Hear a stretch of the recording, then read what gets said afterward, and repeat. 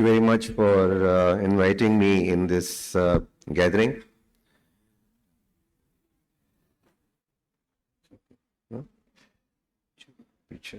Sorry for the technical delay.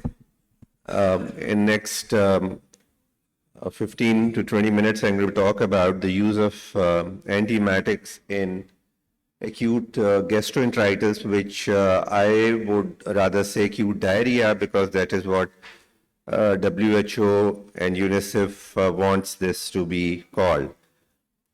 And we use antiemetics quite a lot in this condition, and let's see what are the recommendations.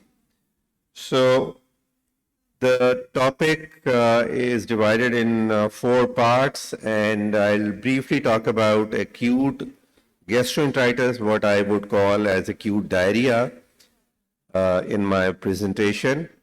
Then we'll briefly look at the epidemiology, and then go on to the pathogenesis of vomiting. How does vomiting occur in a patient who has diarrhea? And after that, the main part of this presentation would be management of vomiting and acute diarrhea. So let's start with the first thing, and that is the definition of acute diarrhea or acute gastroenteritis, whatever you may like to call it. And the definition is that it is the passage of 3 or more loose stools or liquid stools per day. But even if there is a large liquid stool, it is again diarrhea.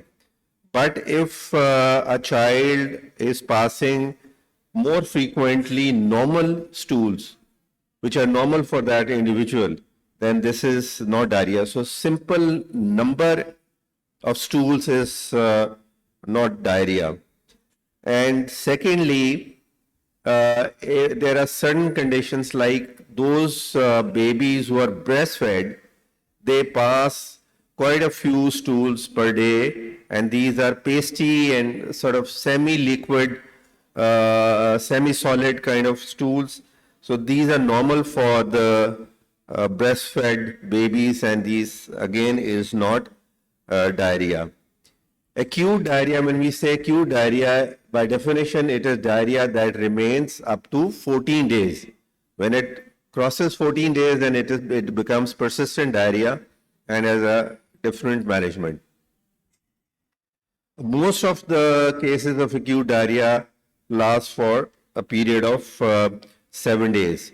And this condition, that is acute diarrhea, is caused by a number of organisms, which include bacteria, viruses, parasites. So all of these, ये मैं अपनी थोड़ा सा हट रहा हूँ इससे, एक बात यहाँ इस सिलसिले में कर रहे हैं, जो छोटे बच्चे हैं, जैसे साल का बच्चा है, ये उनमें एमीबाइसिस नहीं होता. वो अक्सर हम लोग जो डायरिया के लिए बच्चा आता है उसको फ्लैजिल या वो मेट्रोनिडाजोल और ये दे देते हैं.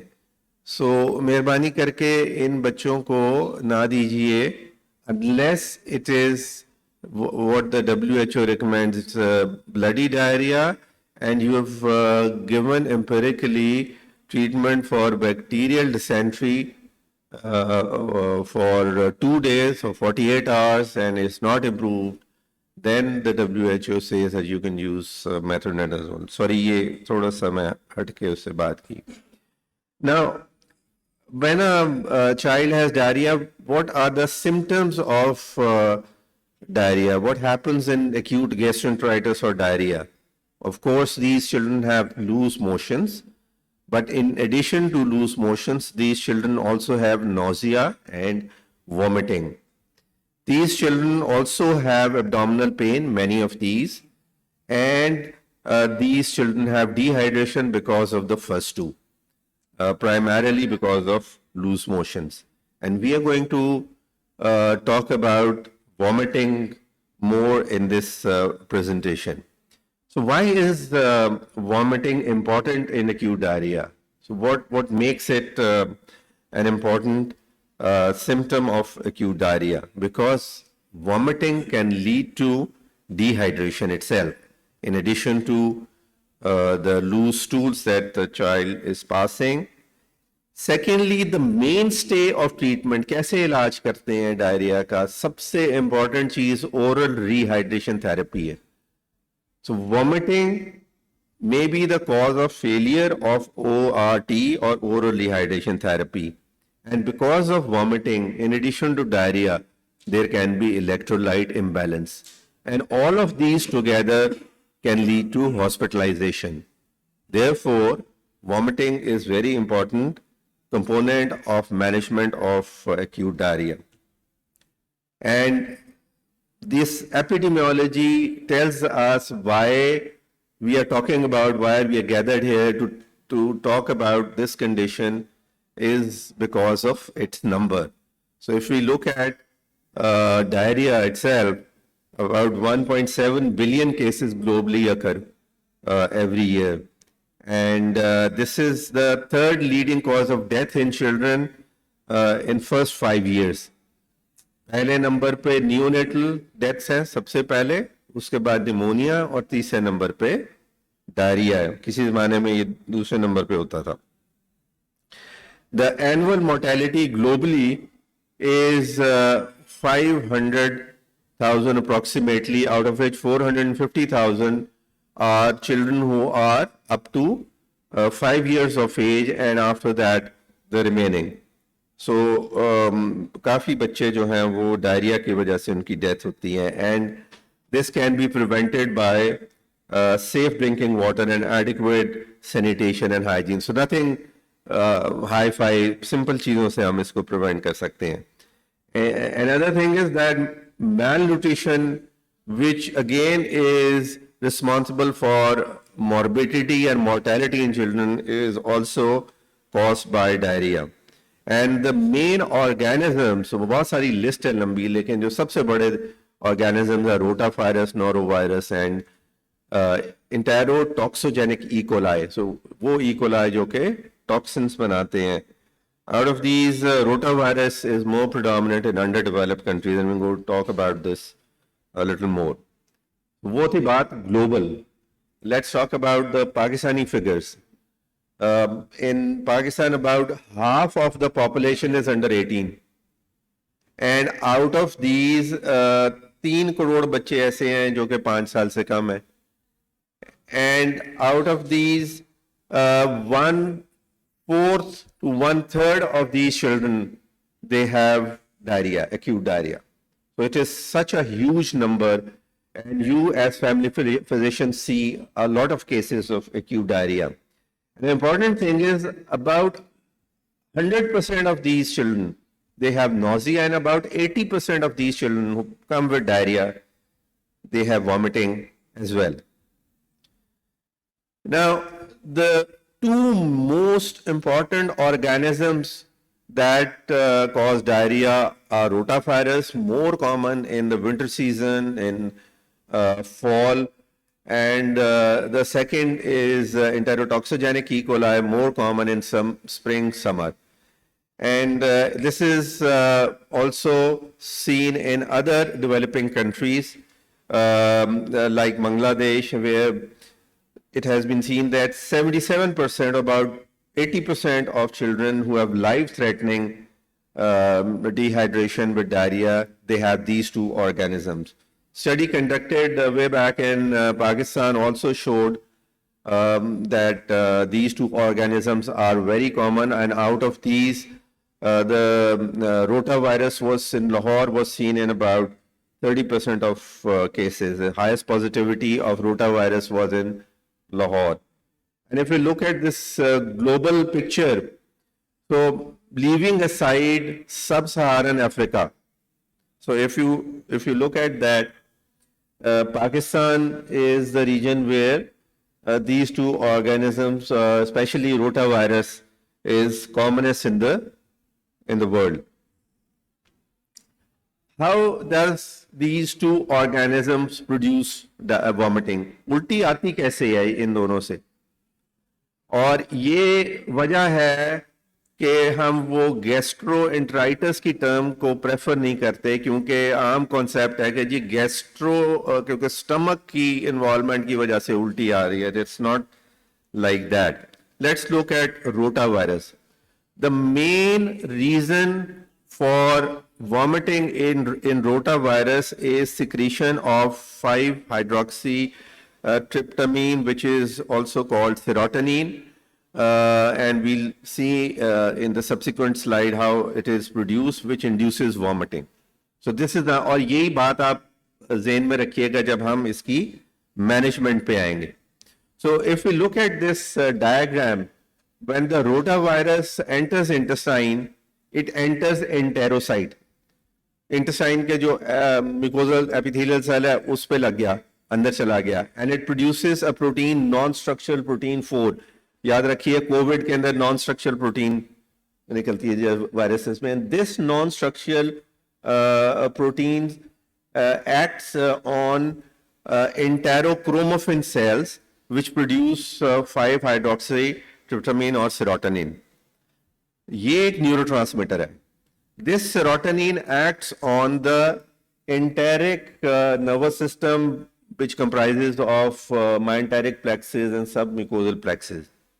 और यहाँ पे जब ये एक्ट करता है through this submucosal and myenteric plexus, it leads to production of VIP, or it leads to production of vasoactive जो intestinal peptide है, which produces which stimulates cyclic AMP, and this leads to secretion of sodium and water in the intestine, जिसकी वजह से diarrhoea होता है. ठीक है, so ये तो डायरिया हो गया.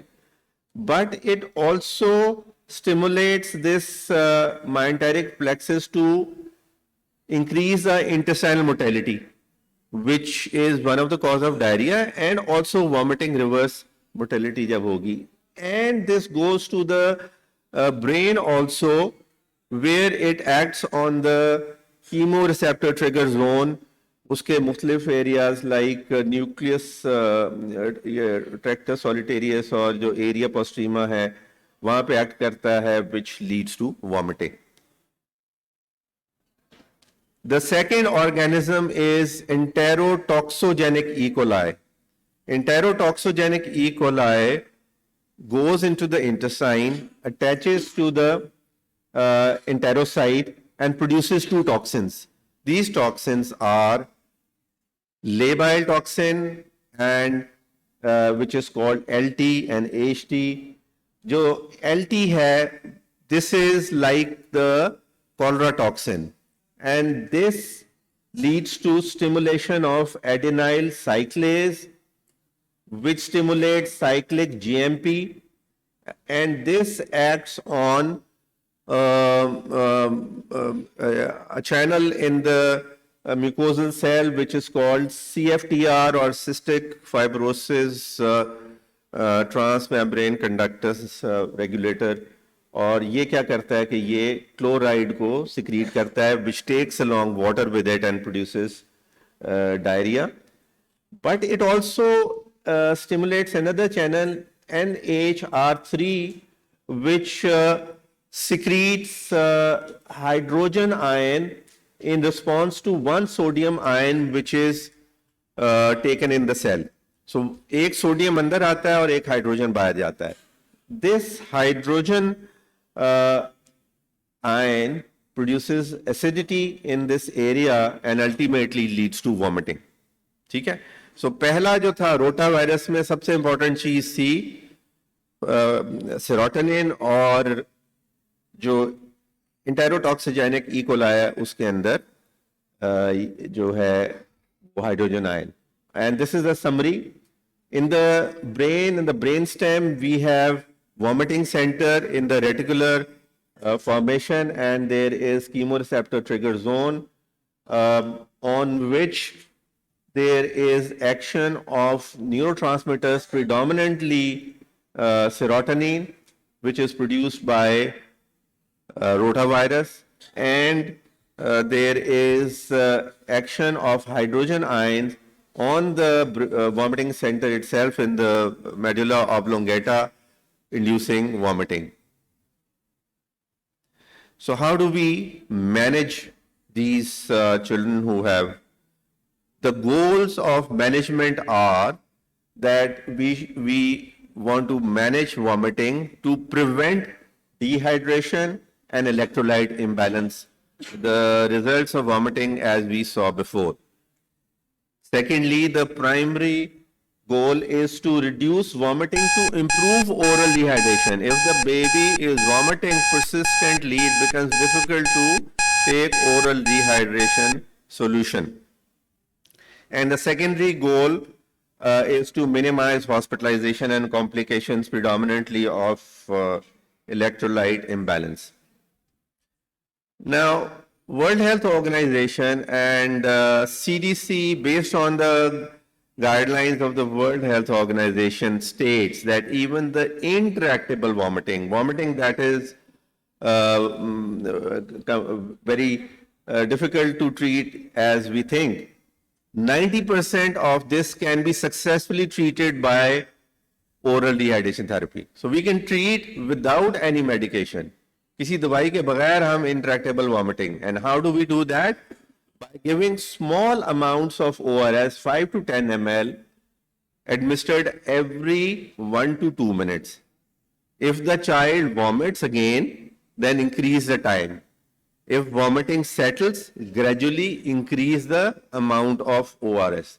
This is the simplest and the easiest way of treating vomiting with diarrhea. What is the mistake? What happens? We as clinicians are busy. We have a lot of patients to see. So वो हमने माँ को सिर्फ बता देते हैं कि उल्टी आ रही है, कोई बात नहीं, जाओ इसको ORS दो, उल्टियाँ ठीक हो जाएगी. And the parents, what they do is that they give large amount of ORS fluid from a cup or a bottle, which itself leads to further vomiting. So this should not be done. Small volumes should be given. And if a child who needs IV dehydration for vomiting and the facility for IV dehydration is not available, you can put in a nasogastric tube and give a slow infusion of ORS by the feeding tube, and this would also treat vomiting in this child. So different organizations and authorities have recommended treatment for vomiting and diarrhea, and WHO predominantly says that ORT is the cornerstone, and only occasionally in selected cases you can give antiemetics. American Association of Pediatrics recommend ondansetron, and NICE guidelines also recommend ondansetron for these diarrhea-induced vomiting. So these are the various antiemetics. I'm going to take a little bit of time. हम ये सारी इस्तेमाल करते हैं, कुछ ऐसी है जो बच्चों में नहीं करते, फिर भी मैंने इसमें डाल दी हैं. डोमपेरिडॉन, मोटेलियम, मोस्ट कॉमनली यूज्ड. ये जो मैक्सिलॉन, मेटोक्लोप्रोमाइड एंड डायमेनहाइड्रोनेट जो ग्राविनेट के फॉर्म में, ये सबसे कॉमनली यूज होती हैं. And these all have a lot of side effects. ondansetron is also there. It also has side effects, diarrhea and headache, and really can cause constipation, prolonged QT interval and QRS widening. But the next side is important. Domperidone, Motelium, is not recommended in children. The drug is recommended in 12 years, and there is very limited evidence of benefit of domperidone in diarrhea-induced vomiting in children. Limited evidence. Metoclopramide, above 1 year, but only as a second-line drug because it can produce extrapyramidal effects. Dimenhydrinate or gravinate, above 2 years, and there is limited evidence, and some studies say no evidence of benefit in diarrhea-induced vomiting. The only drug that is recommended is ondansetron, and that can be given in babies above 6 months of age, and there is evidence, और ये उसकी जो dose है 0.15 to 0.3 milligram per kilogram per dose, and there are many studies and RCTs done that prove that. Even a Cochrane review 2020 also proves that ondansetron is effective. Some authorities like Aspegan or European Society of Pediatric Gastroenterology, Hepatology and Nutrition advised use of ondansetron in vomiting induced by diarrhea. And in the same position paper, Aspegan also recommends that there is no evidence to support use of other antiemetics in diarrhea. And another, in the same position paper, Aspegan says that oral diamenhydrinate or gravenate did not affect the frequency of vomiting in these children. A large large meta-analysis which was published in Pediatrics, Journal of Pediatrics, in 16 countries with 3,500 children, shows that ondansetron is the best intervention, and best intervention means whether it's better than placebo and it is better than at least one of the interventions, whereas domperidone is not better than placebo, and diamenhydrinate in this meta-analysis was worse than placebo. So ये ना सिर्फ ये कि इसने vomiting नहीं रोकी, ये उसने थोड़ी सी induce भी कर दी. Even the Canadian Society of Pediatrics also recommends ondansetron. DRAP in 2019 has also issued this guidance in which DRAP says that it should not be used below 12 years of age. So the key takeaway is that ORT remains, or oral rehydration therapy remains, the cornerstone of management, and ondansetron is an effective drug. The way to use is single dose of ondansetron before oral rehydration therapy, so that oral rehydration therapy does not fail. However, it can be, there is evidence that it can be given subsequently as well. Thank you very much.